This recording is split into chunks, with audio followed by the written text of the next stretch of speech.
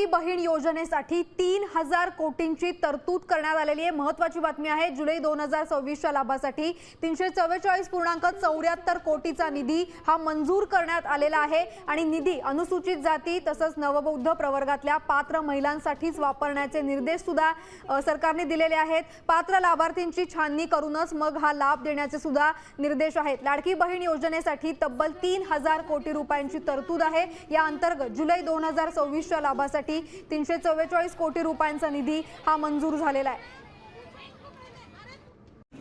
आताच्या घडीची सर्वात मोठी ब्रेकिंग न्यूज लाडकी त्यांना वारंवार संधी देऊन त्यांनी ई-केवायसी केलं नाही।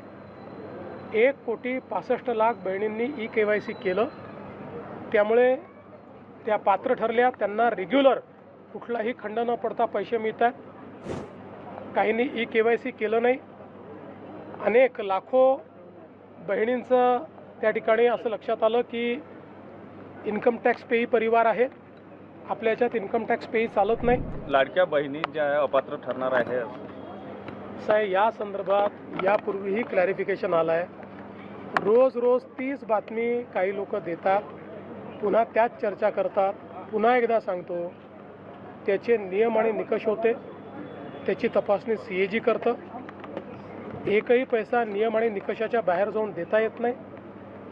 आपण योजना सुरू केल्यानंतर कोणाला त्रास होऊ नये म्हणून योजना सुरू केली, कारण इतक्या मोठ्या प्रमाणात तपासणी करणं हे महिन्यात, 2 महिन्यात, 4 महिन्यात शक्य नव्हतं।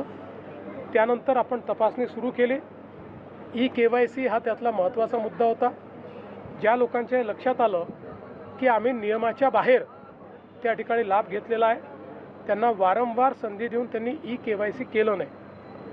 1,65,00,000 बहिणींनी ई-केवायसी केलं, त्यामुळे त्या पात्र ठरल्या। त्यांना रेग्युलर कुठलाही खंड न पडता पैसे मिळतात। काहींनी ई-केवायसी केलं नाही।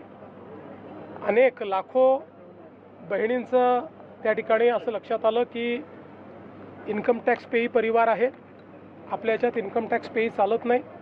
कारण ही योजना ज्या बहिणींना मदतीची गरज आहे, आधाराची गरज आहे, किंवा ज्यांना स्वतःच्या पायावर उभं राहायचं त्यांच्याकरता आहे।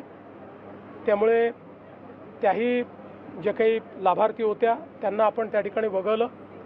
काही आपल्याला कल्पना आहे पुरुष लाभार्थी होते, त्या पुरुष लाभार्थ्यांवर तर आपण कारवाईच करतोय, त्यांच्याकडनं वसुली देखील आपण करतोय। काही सरकारी कर्मचारी होत्या, आता कदाचित त्यांनी सगळेच अप्लाय करतात म्हणून करून टाकलं, पण त्यांच्यावरही मला असं वाटतं की थोडी शिस्तभंगाची कारवाई ही करावीच लागेल। आणि म्हणून आता हा जो आकडा आलेला आहे 100% व्हेरीफाईड आकडा आहे। आणि या बहिणींना जोपर्यंत आमचं सरकार आहे तोपर्यंत लाडक्या बहिणीचे पैसे मिळतच राहतील। आता हे जे काँग्रेसचे आणि इतर लोक बोलत आहेत, हे तेच लोक आहेत की ज्या लोकांनी लाडक्या बहिणीच्या विरुद्ध कोर्टामध्ये केस केली, हायकोर्टात गेले, रोज शिव्या दिल्या, ही योजना बंद करा म्हणून सांगितलं, आणि आता तेच हिंदीमध्ये मगरमच्छ के आंसू म्हणतायत, तसे मगरमच्छ के आंसू आता हे यांच्या डोळ्यातनं वाहून राहिले।